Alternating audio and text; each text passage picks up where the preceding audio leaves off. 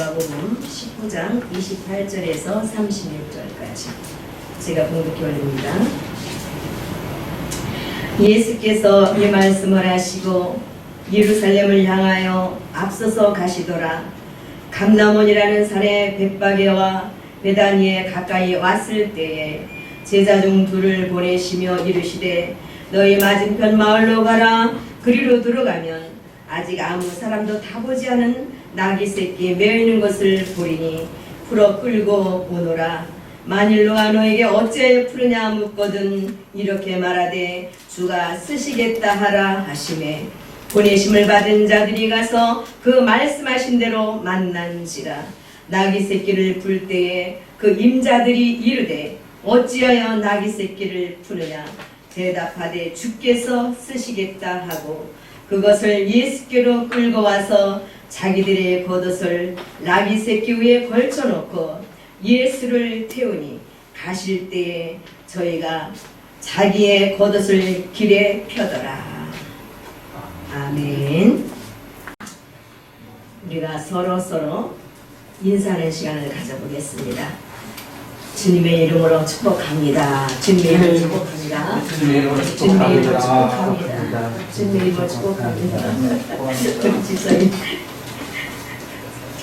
서서까지 그래 우리가 서로 우리는 주님의 축복을 받지 아니하면은 살아갈 수가 없어요. 그죠? 주님 우리의 생명이시기 때문에. 그래서 아까 우리가 찬양할 때도 말씀드렸지만 오늘은 종려주일이죠. 요한복음에 보면 요한복음 12장 12절에서 14절에 보면 그 이튿날에 명절에 온 큰 무리가 예수께서 예루살렘으로 오신다함을 듣고 종려나무 가지를 가지고 맞으러 나가 외치되 호산나 찬송하리라도 주의 이름으로 오시는 이 곧 이스라엘의 왕이시여 하더라.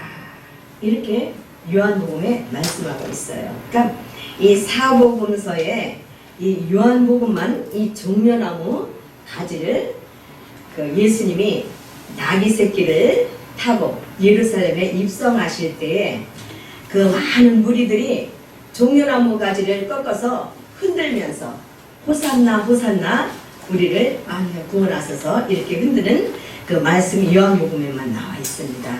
그래서 종려나무 가지를 흔들며 주님을 맞이했다는 거기에 유래해서 이제 종려주일로 우리가 드리고 있는데 이 종려나무는 우리 들어올 때 보면은 그 소철나무 있잖아요. 소철나무처럼 그렇게 생겼다고 보시면 돼요. 근데 이파리가 이제 크고 넓적해서 부채처럼 그렇게 생겼어요. 그래서 그 줄기는 굵으니까 이제 집을 지을 때 그런 때도 목재로 쓴다든가 이렇게 쓰고 나무는 바구니를 만든다든가 또 지붕을 덮는다든가 이제 그렇게 쓴 다음에 하나도 버릴 것이 없다고 해요. 이 종려나무가. 우리가 종려주일을 맞이하면서 이 고난의 주님 십자가를 나위해서 지시기 위해서 우리가 똑같은 육체를 입고 오셔서 주님께서 이 땅에 오신 목적을 마가복음 10장 45절에는 인자에 온 것은 섬김을 받으려 함이 아니요 도리어 섬기려 하고 자기 목숨을 많은 사람의 대속물로 주려 함이라. 인자에 온 것은 많은 사람들에게 자기의 목숨을 대속물로 주기 위해서 오셨다고 말씀하고 계십니다. 그 말씀대로 모든 사람들의 대속물로 주기 위해서 또 누가복음 19장 10절에는 인자에 온 것은 잃어버린 자를 찾아 구원하려 함이로라. 죄악으로 인하여서 하나님 품에서 살 수가 없었던 우리 잃어버린 우리 모두를 찾으려고 육신의 몸을 입고 오셔서 많은 사람들의 대속물로 오신 이유를 말씀하고 있습니다. 그래서 그 오신 그 하나님의 목적을 이루시기 위해서 나귀 새끼를 타고 이제 예루살렘 성에 이제 입성을 하시는데 한번 여러분들 그림을 그려보세요. 그 말도 아니고 만왕의 왕이신, 하늘의 왕이신 주님께서 말도 아니고 나귀 새끼, 그 당나귀처럼 자그마한, 그 중에서도 나귀 중에서도 새끼, 아주 어린 새끼, 그걸 타고 들어오시는 그 모습을 여러분들 생각해 보세요. 그 모습이 과연 아름답겠습니까? 좀 무서울 거예요. 그렇게 그런 모습으로 들어오실 때 그 많은 사람들은 그들의 옛날 선지자들부터 계속 들었어요. 스가랴 9장 9절에 보면 시온에 따라 크게 기뻐할지어다, 예루살렘에 따라 즐거이 부를지어다. 보라, 내 왕이 내게 임하나니 그는 공의로우며 구원을 베풀며 겸손하셔서 나귀를 타라니 나귀의 작은 것 곧 나귀 새끼니라 그래요. 그러니까 스가랴 선지자를 통해서 예수님이 오시기 BC 487년, 예수님이 오시기 전에 487년 전에 예수님이 나귀 새끼를 타고 오실 것을 스가랴 선지자를 통해서 미리 예언을 하셨고, 또 이사야 선지자를 통하나 미가나 여러 가지 선지자를 통해서 예수님이 오실 것을 예언하셨어요. 근데 나귀 새끼를 타고 오실 것을 이 스가랴 선지자를 통해서 말씀하셨기 때문에, 아, 저 나귀 새끼를 타고 들어오시는 분이 그 구약의 선지자를 통해서 우리가 들어왔던 그 메시아구나, 그 왕이구나, 그들은 알았어요. 근데 그들이 아는 왕은 만왕의 왕, 우리 영혼을 구원해 주실 그런 왕으로 생각했던 것이 아니라 육신적인 왕으로 생각했어요. 그 시대는 로마 시대에 그런 압박을 받고 자유가 없이 살았던 그 유대인들이, 이스라엘 백성들이, 야, 저 나귀를 타고 오는 저분이 왕이 되어서 우리를 그 로마의 그 식민지에서 우리를 건져주고 우리가 자유, 이스라엘 한 민족을, 나라를 이루어서 저분이 왕으로 우리가 섬기면서 우리가 회복되겠구나, 그렇게 육신적인 왕으로 생각을 했어요. 그래서 그들은 너무 기쁜 거야. 이제 우리가 이제 이 환경에서, 이 억압에서 벗어나고 이제는 우리는 돈 받아서 자유롭게 한 민족을 이루고 살겠구나. 그리고 너무나 기뻐서 그 종려나무 가지를 흔들면서 호산나 호산나 호산나, 그거는 오 구원하소서 그런 뜻이 있어요. 호산나, 그러니까 우리를 구원하소서, 그러고 그렇게 찬양을 하고 그렇게 맞이했던 것입니다. 근데 불과 그들이 며칠도 지나지 않아서 예수님이 무력하게 유대인들에게 잡혀서 십자가를 지러 가는 그 모습을 보면서 그들은 너무나 분노했어요. 자기들이 그 바라던 그 왕이 아니거든. 그러니까 너무나 실망하고 분노했기 때문에 더 그들이 예수를 십자가에 못 박으셔서 더 난리를 쳤던 거예요. 그것처럼 저와 여러분들도 예수 믿으면 내가 사업도 잘 되고, 예수 믿으면 우리 가정도 잘 되고, 우리가 복 받아서 잘 될 거야. 우리는 처음에 그렇게 예수를 믿습니다. 이들처럼. 그렇게 믿다가 예수를 열심히 잘 믿고 충성봉사하고 있다 보니까 어디 고난도 닥치고 어려운 일도 닥치고, 그러면 이게 뭐야? 분명히 예수 믿으면 복 받는다고 했는데 하면서 주님, 제가 뭘 잘못했어요? 하나님께 원망도 하고 때로는 하나님을 떠나는 사람들도 있어요. 이 이스라엘 백성들이, 이 유대인들이 이들만 그러는 것이 아니라 우리도 똑같이 이들과 같을 수 있다는 것입니다. 오늘 본문의 말씀에 보면 19장 28절에 예수께서 이 말씀을 하시고 예루살렘을 향하여 앞서서 가시더라. 어떤 말씀을 하셨냐면은, 여기도 이게 문화, 열 문화를 이제 왕이 나눠주면서 내가 돌아올 때까지 장사를 잘해서 일을 남기라고, 그 이제 이와의 달란트 비유나 똑같아요. 똑같은 비유인데 이제 문화라는 것이죠. 그런데 그 장사를 하자고 그 한 문화를 잘 보관했다가 하나 이익도 남기지 않고 가져온 그 사람에게 그 사람을 책망하시면서 주님께서 그리고 나의 왕됨을 원치 아니하던 저 원수들을 이리로 끌어다가 내 앞에서 죽이라 하였느니라 이렇게 말씀하신 그 후에 이제 예루살렘을 향해서 주님께서 이제 가시는 그것입니다. 그러니까 주님은 만왕의 왕으로 오셨지만 하늘나라의 왕으로 우리 영혼의 왕으로 오시는 것이지 우리의 이 세상의 모든 물질계 그런 복을 주시려고 오신 목적이 영혼의 복이라는 거지. 그런데 영혼의 복을 받으면 어떻게 해요? 네 영혼이 잘 되면 범사가 잘 돼요, 안 돼요? 잘 되고 네 영혼이 잘 되면 범사가 잘 되고 강건하리라 말씀하신 것처럼 먼저 영혼이 잘 될 때 범사가 잘 되는 복을 주시는 순서가 틀린 거예요. 육신적으로 우리가 신앙생활 할 때는 내 영혼이 내 환경이 잘 되는 것만 바라보다 실망할 수가 있지만 내가 주님만 바라보고 내 영혼이 먼저 잘 되는 것을 바라보고 나아갈 때 내 영혼이 잘 되고 성숙하면 범사는 자동으로 환경은 열어지게 되는 것이 하나님의 법칙인 것입니다. 저도 병신도 때 열심히 내가 신앙생활 잘하면 사업도 잘 되고 자식도 잘 키워주고 하나님 잘 된다고 그렇게 배웠기 때문에 열심히 신앙생활 했는데 사업은 더 어려워지고 IMF 닥쳐서 어려움 당하지 자식은 막 또 갈등하지 너무 힘들었어요. 그럴 때 주님 제가 뭘 잘못했는데요. 주님 저도 그렇게 불평할 때가 있었습니다.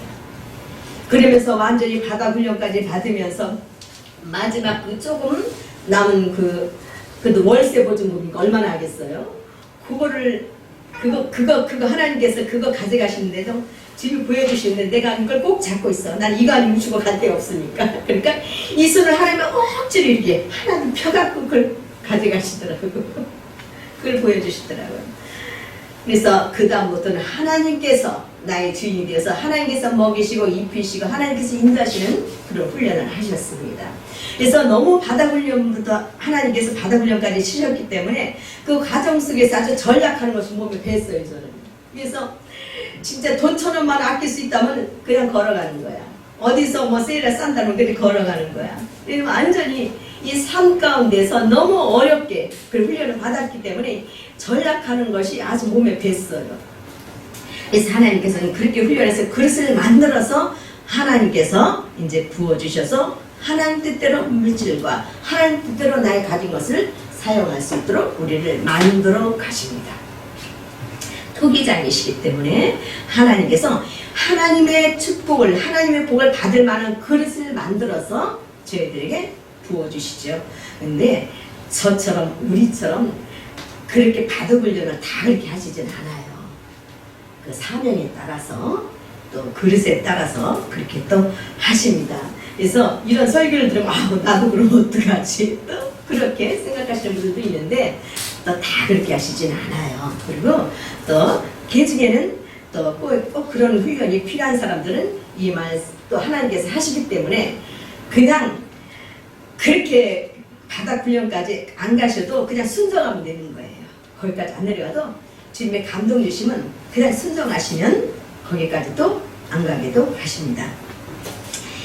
오늘 예수께서 이 말씀을 하시고 예루살렘을 향하여 앞서서 가시더라. 감람원이라는 산에 벳바게와 베다니에 가까이 왔을 때에 제자 중 2를 보내시며 이르시되 너희 맞은편 마을로 가라. 그리로 들어가면 아직 아무도 타보지 않은 아기 새끼 메롱스 보리니 풀어서 끌고 오너라 이렇게 말씀하셔요. 왜 주님은 꼭 감람원에 가셔서 그렇게 하셨을까요? 그냥 가까운데 가셔서 하셔도 되는데 주로 감람원에서 주님은 많은 일들을 하셨어요. 이 감람원이라는 것은 올리브 동산이라는 그런 뜻이 있어요. 거기에는 그 올리브 나무가 많은 거예요. 올리브 나무가 많아서 거기서 이제 그 올리브 나무로 올리브 기름을 짤 수 있는 그런 감람원이라는 동산이죠. 거기에는 또 감람원에 꼭 이렇게 여기 또 딱 나와 있죠. 여기에 뭐가 나와요? 벳바게와 베다니에 갖고 왔을 때. 감람원이라는 그 동산이 이제 예루살렘이 잘 보이는 그런 동산이라고 그래요. 그래서 주님이 또 입성하셔서도 그 예루살렘을 향해서 우셨던 그것도 감람원이에요. 또 겟세마네 동산도 그 감람원의 벳바게와 또 베다니고 가까운 그 주위에 또 겟세마네도 있다고 그래요. 그래서 이 감람원에서 주님께서 주로 사역을 하셨던 것은 주님께서 올리브 나무를 짜서 기름을 짜는 그것처럼 주님이 이 땅에 오셔서 피아물을 다 흘려주셔서 우리를 구원하실 그 메시지가 담겨져 있습니다. 여기에 모든 주님께서는 말씀이 육신이 돼서 오신 분이기 때문에 어디를 가시든 무슨 말씀을 하시든 무슨 사역을 하시든 거기는 다 주님께서 그 사역 속에 말씀 속에 그 지명 속에 말씀하시고자 하시는 그 의도와 목적이 다 숨어져 있어요. 지명에도 인명에도 숫자에도. 그래서 주님께서 피화물을 다 흘려서 기름을 짜서 우리를 구원하셔야 될 그 사명을 주님께서 이 감람원이라는 곳에서 우리들에게 그 감람원을 통해서 말씀하고 계신 것입니다. 또 여기는 뭐라 그래요? 벳바게와 베다니. 이 벳바게는 무슨 뜻이냐면은 무화과 나무의 집이라는 뜻이 있어요. 또 베다니는 또 고통의 집이라는 고난의 집이라는 뜻이 있어요. 베다니는 그것처럼 이 감람원에 올리브 나무가 많아서 기름을 짜야 되는 그 감람원에 고통의 집이 있고 무화과 나무의 집이 있어요. 무화과는 어때요? 꽃을 피우지 않고 그 과일 안에 꽃이 들어있어요. 과일 안에서 꽃을 피고 열매가 익어갑니다. 겉으로 화려하게 나 열매 맺을 거야. 그러면서 겉으로 화려하게 꽃을 피우지 않아요. 그 열매 안에 꽃이 있어요. 무화과 나무. 그래서 꽃을 피우지 않는 나무를 해서 무화과라고 하는 거예요. 또 베다니는 고난의 집이에요. 그것처럼 이 감람원은 주님이 그렇게 고난을 받으셔야 되는 기름을 피와 물을 달려서 고난을 받으셔야 되는 또 화려하게 만왕의 왕이시지만 어린 나귀 새끼를 타고 정말 초라한 모습으로 예루살렘에 입성하신 그 만왕의 왕의 그 겸손하신 모습 그것을 말씀하고 있는 것입니다. 그러니까 그 예수님의 사명과 속성이 다 그 감람원이라는 그 동산에 다 있는 것이죠. 그래서 감람원에서 이렇게 벳바게와 베다니에 그곳에서 이제 제자들을 파송하시는 거예요. 제자들을 보내면서 저 맞은편 마을에 가면 한 번도 타보지 않은 그런 나귀가 매여 있을 거야. 그 중에서도 나귀 새끼가 있는데 그 새끼를 끌고 와. 그러면 풀을 때 분명 그 임자들이 있을 거 아니에요. 임자들이 그거 왜 남이 나귀 새끼를 푸십니까? 그렇게 물으면 주가 쓰시겠다 하라. 이렇게 말씀하셨어요.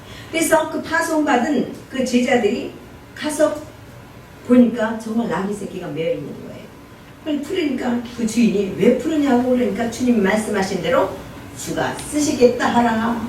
그러니 그 주인이 하나 이런 방법 거기에 대해서 혹시 오히려 같이 푸는 걸 도와줘서 그냥 예수님을 갖다 쓰실 수 있도록 주는 거예요. 그렇게 되기까지는 예수님의 소문이 온 그 지역에 다 퍼졌을까 안 퍼졌을까? 퍼졌죠. 그래 만왕의 왕이신 그 나귀 새끼를 들어오신 그 예수님이 왕이 쓰시겠다는데 그 나귀 새끼 주는 게 문제겠어요? 그렇죠? 그러니까 인자도 그냥 오히려 같이 풀어서 주는 거예요. 그리고 거기다가 그 제자들이 와서 나귀 새끼 위에 자기 겉옷을 벗어서 얹히고 그 주위에 많은 사람들이 왕이여 가시옵소서로 겉옷을 벗어서 땅에 다 펴주고 그러면서 예수님이 예루살렘에 입성하시는 거예요. 그런데 예수님은 십자가를 지러 입성하시는 것이죠. 근데 그 많은 사람들은 그것을 알지 못했기 때문에 여기서 요한복음에 호산나 호산나 그렇게 소리를 지르며 찬송했다는 것은 원문에 보면 까마귀가 까까까마 짖잖아요. 얼마나 시끄러워요. 그렇게 외쳤다는 거예요. 그렇게 환호성을 쳤다는 거예요. 그렇게 주님을 맞이한 그들이 예수님이 십자가를 지고 부활하시고 온 일을 구원하신 그 목적은 보지 못하는 것이죠. 그것처럼 저와 여러분들도 예수님을 믿으면서 주님께서 나를 위해서 십자가를 지신 것처럼 나도 이 세상 사랑하면서 누군가를 위해서는 십자가를 져야 되는 것을 저와 여러분들도 깨달아 알고 믿음으로 받아야 될 줄 믿습니다. 겉에 보이고 화려한 것만, 잘 되는 것만, 복 받는 것만 바라보는 것이 아니라 그 부활의 주님이 나에게 복을 주시기 이전엔 반드시 나에게도 고난을 통해서 부활의 생명이 주어진다는 것을 우리 모두는 알아야 될 줄 믿습니다. 갈라디아서 3장 13, 14절에는 그리스도께서 우리를 위하여 저주를 받은 바 되사, 그리스도께서 우리를 위해서 저주를 받은 바 되사 율법의 저주에서 우리를 속량하셨으니 기록된 바 나무에 달린 자마다 저주를 있는 자라 했습니다. 이는 그리스도 예수 안에서 아브라함의 복이 이방인에게 미치게 하고 또 우리로 하여금 믿음으로 말미암아 성령의 약속을 받게 하려 합니다. 주님 그리스도께서 우리를 위해서 저주를 받으셨는데 죄로 인해서 우리가 저주를 받을 수밖에 없는, 우리가 받아야 될 저주를 그리스도께서 받아주셨는데 그 목적이 뭐예요? 우리에게 약속의 성령을 받게 하시기 위해서. 약속의 하나님께서 우리들에게 약속하신 그 성령을 받게 하시기 위해서 우리의 대속물이 되어주시고 우리의 화목제물이 되어주셔서 우리 대신 십자가를 지시기 위해서 지금 입성하시고 계시는 것입니다. 그렇다고 본다면 저와 여러분들 안에 주님이 입성하시고 저와 여러분들 마음 가운데 주님이 들어오시어서 저와 여러분들과 함께 살고 계신데 주님께서 저와 여러분들을 지체 삼아서 저와 여러분들을 통해서 십자가를 지기 원하실 때 말씀은 뭐라고 합니까? 자기를 부인하고 주님께서 주신 십자가를 지라고 말씀하고 계십니다. 나를 부인한다는 것은 나는 하고 싶지 않고 나는 가고 싶지 않은 나를 부인하고 내 안에서 주님께서 하시고자 하시는 일들을 나는 주님의 지체가 되어서 주님을 수송들어 드려야 될 것을 말씀하고 있는 것이죠. 주님께서 히브리서 9장 또 10장에 보면 주님께서 자세하게 우리들에게 말씀하고 있습니다. 9장의 12절에 보면 아까 우리 목사님 기도하시는 것처럼 염소와 송아지 피로 아니하고 오직 자기 피로 영원한 속죄를 이루사 단번에 성소에 들어가셨느니라.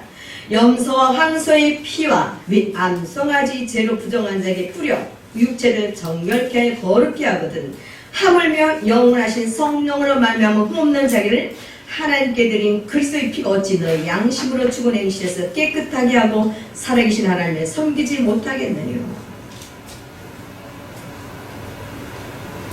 주님께서 구약시대에는 염소와 송아지로 자기가 죄를 지었을 때 그걸 끌고 가서 그 짐승에게 그 사람이 지은 죄를 다 안수해서 그 짐승이 가져가고 그 짐승이 대신 제사는 사망으로 그 짐승이 대신 죽어졌어요.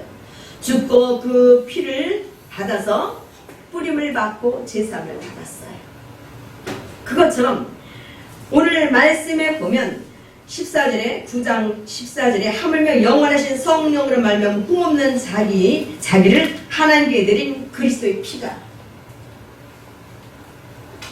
왕이요 제사장이요 선지자로 그리스도로 오신 예수님께서 그 예수님께서 당신의 흠없고 티가 없는 그 보혈로 그리스도의 피를 받아서 성령으로 말미암아 그 피를 하나님 아버지 앞에 갖고 가 성령 일하시는 하나님이세요. 그 하나님 일하시는 성령 하나님께서 그리스도의 피를 우리 온 인력에 뿌려주셔서 제속함을 받았습니다. 구약시대는 짐승의 피로 뿌림을 받아서 제속함을 받았지만 영원하신 흠과 티가 없는 어린 양이 되어주셔서 예수 그리스도께서 오셔서 흘리신 그 보혈의 피로, 흠없는 피로 온 인류에게 그 피로 핏부림을 받아서 우리 모두가 대속함을 받았습니다. 아멘. 우리가 제사함을 받았습니다. 15절에 이를 인하여 그는 새 언약의 증거인 이를 첫 언약 때 범한 죄를 속하려고 주구사 부르심 입은 자라여 영원한 기업의 약속을 얻게 하려 하십니다. 19절에는 모세가 율법대로 모든 계명을 온 백성에게 말한 후에 송아지와 염소의 피와 및 물과 붉은 양털과 우슬초를 취하여 그 책과 온 백성에게 뿌려 이르되 이는 하나님 너에게 명하신 언약의 피라고 또한 이와 같이 피로써 장막과 성균의 일에 쓰는 모든 물건에 뿌렸느니라. 율법을 쫓아 거의 모든 물건이 피로써 정결케 되는 피 흘림이 없은즉 제사함이 없다 말씀하고 계십니다. 피 안에는 생명이 있기 때문에 구약시대에는 다 핏뿌림으로 정결케 해서 그릇도 막 피를 뿌려서 정결케 하고 그러니까 모든 이 물질계에 그 제속함을 받기 위해서는 핏뿌림을 해서 정결케 했어요. 그것은 구약의 모든 제사 양식 그런 모든 것은 뭐예요? 그림자, 예표예요.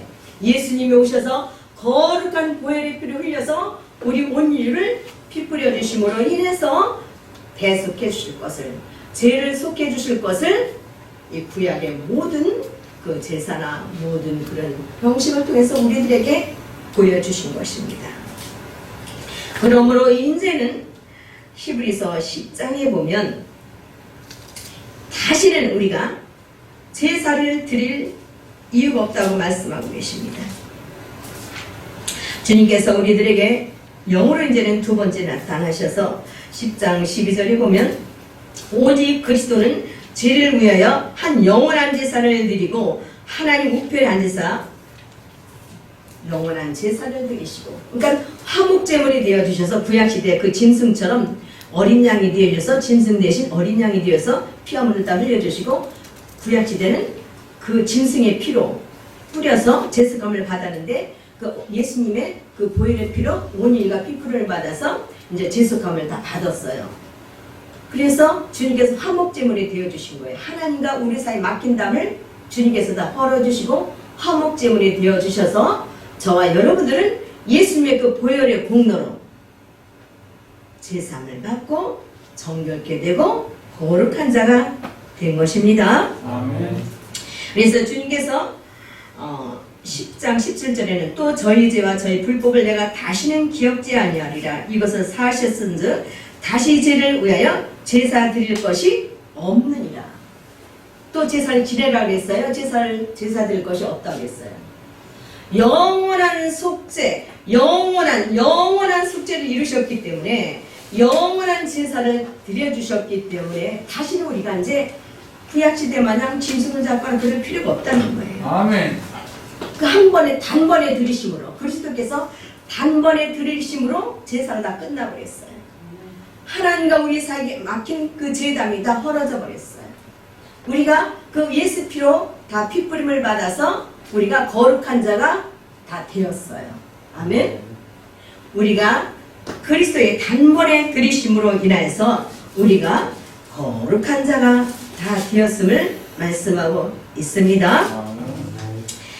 하늘에서 이루어진 하늘의 하나님께서 육체를 입고 오셔서 그 이루신 일이 우리가 할 일은 뭐예요? 우리가 믿음으로 오직 우리는 믿음으로 말미암았으리라. 하늘에서 이룬 것까지 땅에서도 이루어지리라.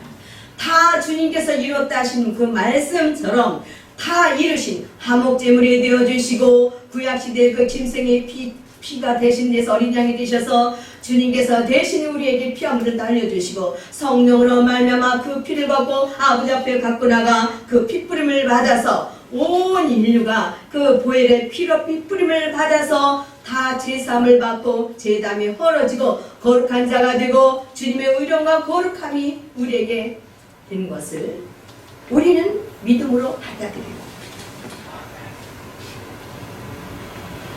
하나님 말씀을 다 이루신 것을 하나님은 거짓말을 하실 수 있다 없다? 없다. 그러니까 진리의 말씀이기 때문에 우리가 믿음으로 받아들이는 것이 중요해요. 그 근데 왜 믿음으로 살라고 하셨을까요? 우리가 믿지 못하도록 원수마귀 사탄 무는 사자같이 두루 우리를 찾아다녀 안 다녀요. 우리를 두루 찾아다니면 이 하나님 말씀을 받아들이고 믿지 못하도록 얼마나 우리를 방해하는지 몰라요. 우리를 실수하고 쓰러지고 넘어지게 하면서 봐라, 네가 이런데 무슨 죄인이 아니고 의인이야? 봐라, 네가 이런데 무슨 뭐 하나님이 너를 사랑하시겠어? 너를 뭐 용서해 주셨다면은 죄가 없어지고 다 십자가에 못 박아 주셨는데 왜 죄를 짓고 있어? 그러면서 계속 우리를 정죄하고 있습니다. 네, 사도 바울은 로마서 7장에 뭐라고 고백하여? 내 속에 거하는 죄가 죄를 짓는 것이라고 고백하고 있습니다. 나는 그리스도 안에서 새로운 피조물로 태어났고 예수 피로 나는 깨끗하게 씻음 받은 자요, 예수 피로 나는 목욕된 자요, 나는 의롭고 거룩한 자가 되고 내 죄는 다 속함을 받았지만 그리스도 안에서 다시 태어난 내 속사람은 새로운 피조물이 되었지만 하나님의 아들로 태어났지만 내 속사람은 아직 그리스도 분량까지 자라나지 못하기 때문에 그 사단의 거짓말에, 사단은 거짓말장이에요. 이 사단이 속이는 것에 우리는 속아서 넘어가게 되는 것입니다. 내 속사람이 아직 어려서, 아직 그 옛사람이 처리되지 않아서, 내 안에 죄성, 악성, 독성이 아직 처리되지 못하고 나와 공존하고 있습니다.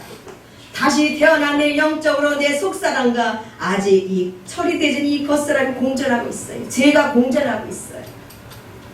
그렇기 때문에 내 안에는 내 속에 거하는 죄가 죄를 지른다고 사도 바울이 고백하고 있는 것처럼 여러분들이 쓰러지고 넘어집니까? 그것은 여러분들 안에 아직 처리되지 않은 그 죄악들이 드러나는 것입니다.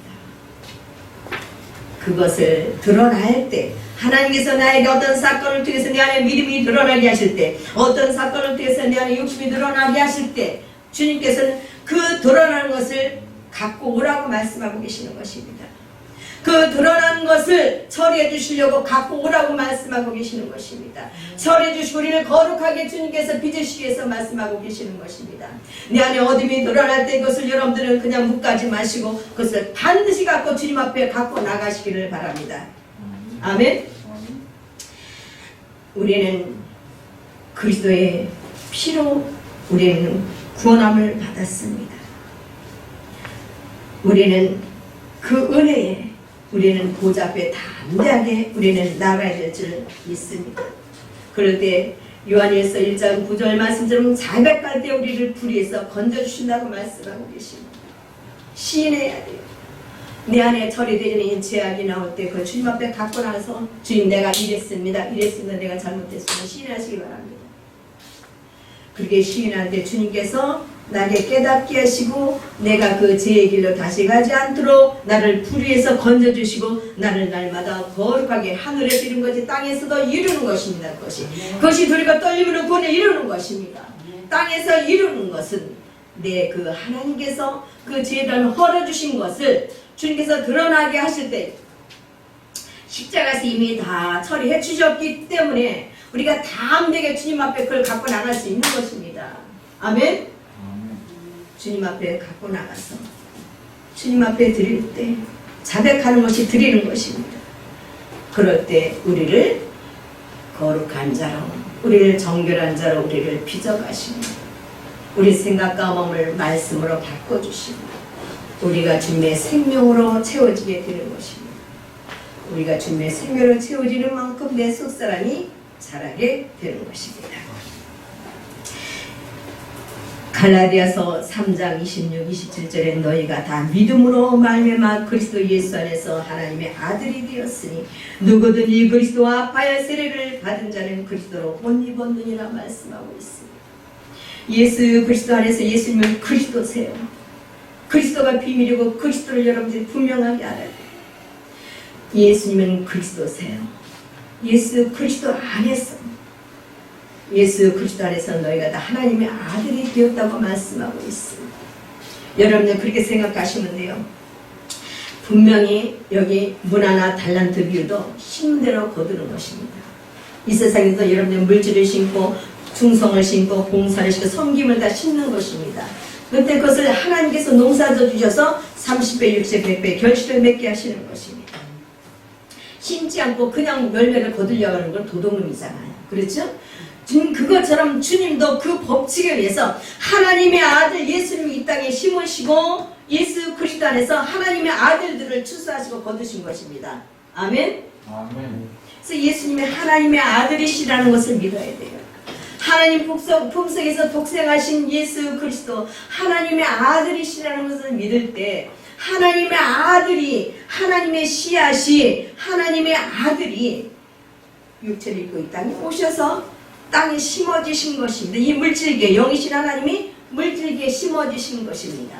그래서 물질계인 저와 여러분이 그 하나님의 아들 예수 그리스도의 씨앗을 말씀을 받아들임으로 인하여서 예수 그리스도를 마음속에 우리가 영접해 드리고 모셔드림으로 인해서 영접하는 자 곧 그 이름을 믿는 자들에게는 하나님의 자녀가 되는 권세를 주신다고 말씀하신 것처럼 예수 그리스도를 우리 마음가운데 모셔드리고 말씀을 통해서 모셔드렸을 때에 그 주님이 그에게 생명이 되어주시고 그분이 우리와 연합되고 신부신랑이 되고 한 몸이 되어서 주합한 자는 한 명이 된다고 말씀하신 것처럼 주님과 내가 동일시가 중요해요.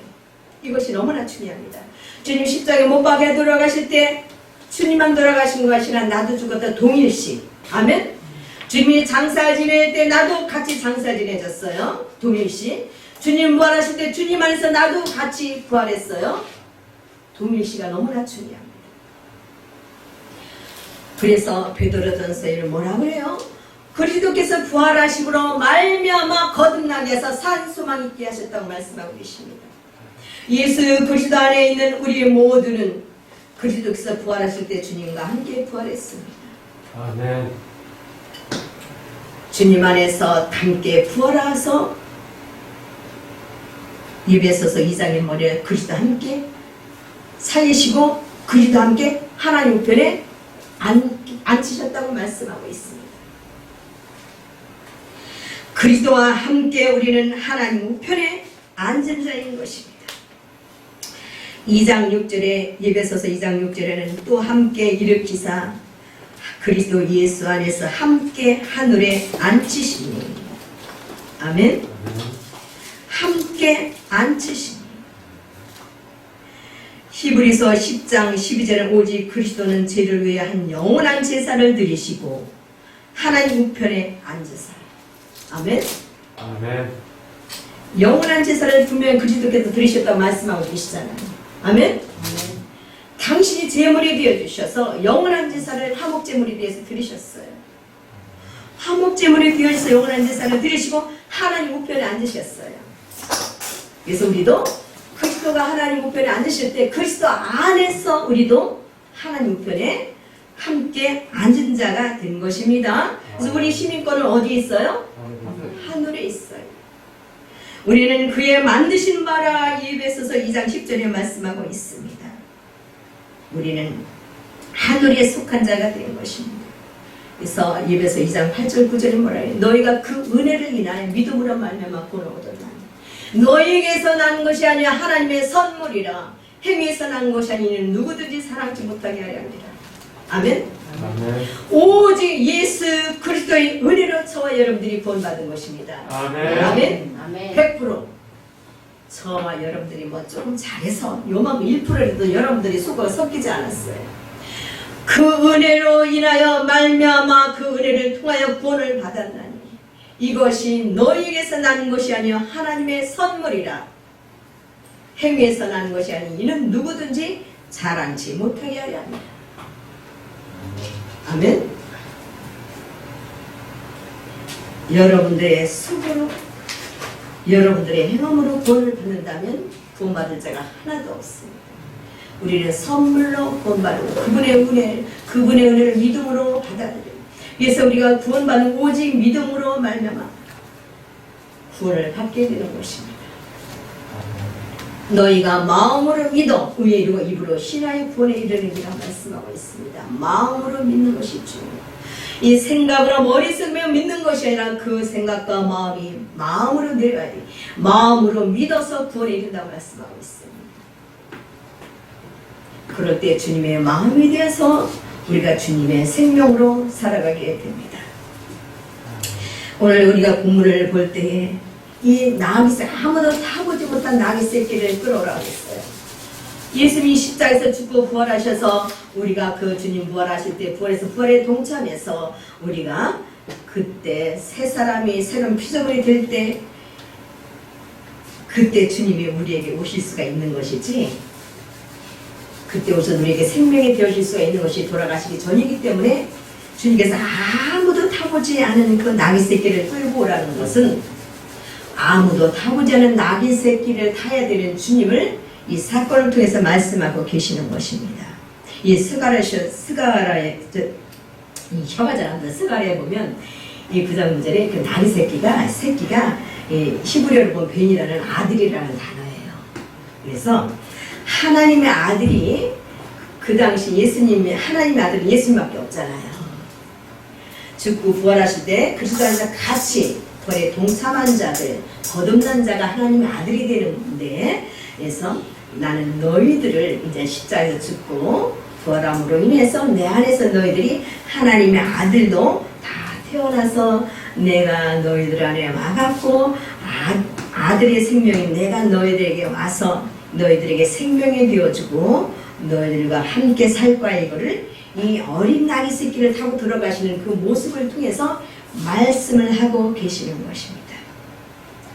그래서 오늘 본문의 말씀은 뭐예요?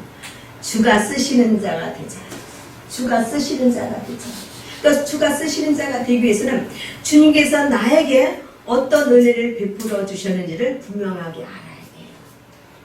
주님께서 베풀어 주신 나를 위해서 육체를 입고 오셔서 나 대신 화목제물에 되어주시고 나 대신 그 피화물을 다 흘려주신 영원한 그 제사를 드려주시고 그 핏부림으로 우리가 담대게 그의 보좌 앞에 나갈 수 있도록 우리를 다 피를 뿌려서 다 대속해 주시고 제단을 흘려주신 우리 구원자가 되신 우리 대속자가 되신 그 주님의 은혜와 사랑을 분명히 알아야 우리는 주님께 그 감사한 마음으로 주님을 수종 들어드리는 주님께서 쓰시는 자가 되는 것입니다. 또 두 번째 주님께서 쓰시는 자는 이 갈라디아서 4장 6절에는 너희가 아들인 거로 하나님이 그의 아들의 영을 우리 마음 가운데 보내서 아버지라 부르게 하셨느니라.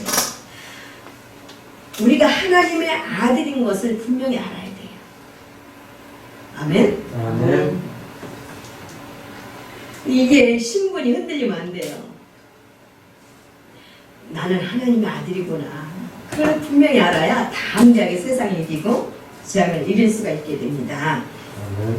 우리 이 에베소서에 보면 이제 제가 에베소서 읽어드릴게요. 2장에 보면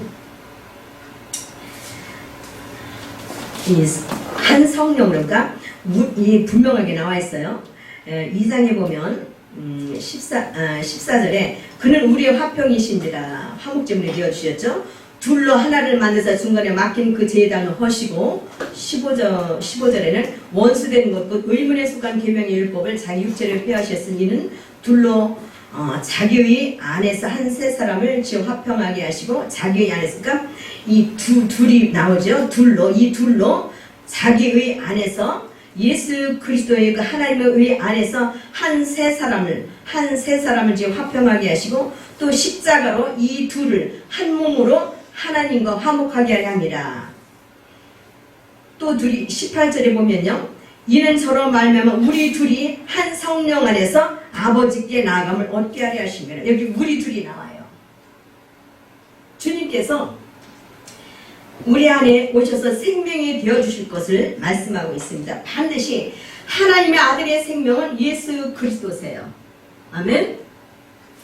그렇기 때문에 하나님의 아들인 예수 그리스도께서 지금 죽고 부활하셔서 그리스도로 계신 그 주님이 영으로 우리에게 오셔서 우리 둘이 주님과 내가 하나가 돼서 한 성령 안에서 아버지께 나아감을 얻게 하려 하십니다. 하나님의 생명을 갖고 계신 하나님의 아들 예수 그리스도께서 영으로 우리에게 오셔서 하나님의 생명을 우리들에게 부어주시되 주 앞에 한 영이 되는 거예요. 그러니까 우리 영이 성령으로 주님의 성령으로 잉태되신 분이잖아요.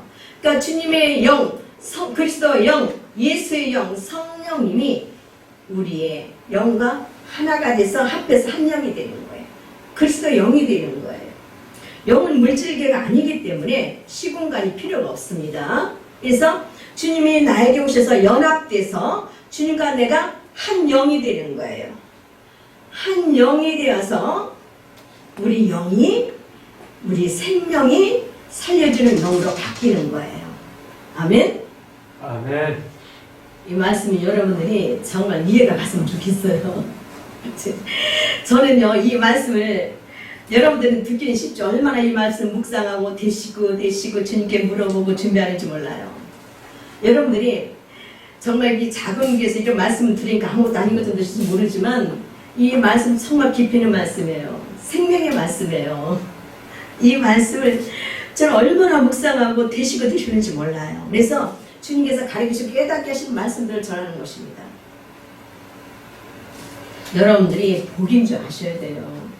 비록 우리가 겉으로 볼 때는 비록 약소할지 모르지만 하나님께서 이 작은 교회에게 생명의 말씀들을 주시는 것이 얼마나 감사한지 몰라요. 그래서 한 영이 되어서 우리 영이 예수님을 구세주로 영접하기 전에는 우리가 어떤 영에 속해 살았어요? 네? 마귀 아버지로 살았어요. 마귀 아들들로 살아갔습니다. 영이 바뀐 거예요. 그래서 주님과 함께 죽고 부활함으로 말미암아 주님 부활하실 때 이 옛사람의 다스리던 영은 마귀는 십자가에 함께 못 박혔어요. 아멘. 그리고 주님 부활하실 때 주님의 영 성령님으로 인해서 우리가 다시 태어났습니다. 그래서 주님과 연합되었고 주님과 한 몸이 되었고 주님과 함께 동일시 죽고 장사 지내지고 부활이 동일시가 돼야 돼요. 왜? 주님이 우리를 똑같은 육체를 입고 오셔서 주님이 하셨잖아요. 그럼 그것은 주님이 대신하셨잖아요. 우리가 죽은 거예요. 우리 육체가 십자가에 옛사람이 십자가에 못 박혀 죽고 장사 지내지고 주님 부활할 때 그 시단에서 다시 부활한 거예요. 부활할 때 새 사람이 된 거예요. 거듭난 거예요. 저 여러분은 하나님의 아들, 하나님의 생명으로 성령으로 태어났습니다.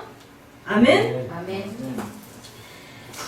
그래서 골로새서 3장 3절에는 이는 너희가 죽었고 너희 생명이 그리스도와 함께 하나님 안에 감추었습니다. 3장 10절에는 새 사람으로 우리가 입었다고 말씀하고 있습니다. 그리스도로 옷 입었다고 말씀하고 있습니다. 우리는 새 사람이 되었습니다.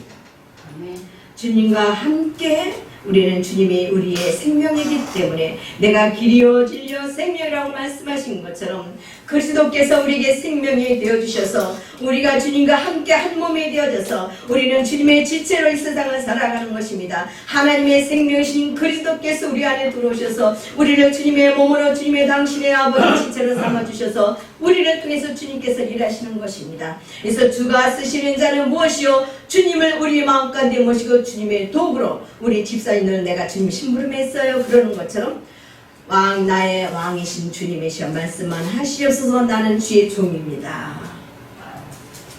그렇게 살아가는 자들이 주님께서 쓰시는 자인 것입니다. 아멘. 그래서 우리는 이 왕상 17장에 보면 엘리야와 사르밧 과부가 나와요. 근데 그 3년 동안 비가 안 내릴 때 주님께서 엘리야 보고 뭐라 그래요? 너는 그 시돈 땅에 사르밧이라는 곳에 가면 과부가 있을 거야. 그러면 내가 그 과부에게 너를 섬기라고 내가 예비를 해놨어. 그랬을 때 엘리야가 순종하고 그 이방 그 이스라엘이 아닌 시돈 그 사르밧에 갔을 때 과부가 그 나무를 줍고 있는 거예요. 그래서 주님께서 그 예비하신 그 과부를 주님께서 엘리야가 보고 과부에게 나에게 좀 물을 갖다 달라. 그러니까 그냥 순종하고 물을 갖다 주는 거예요. 그럴 때 이 엘리야가 그러는 거예요. 네가 나에게 좀 떡을 좀 하나 한쪽 부어와라. 그랬을 때 이 뭐라 그래요?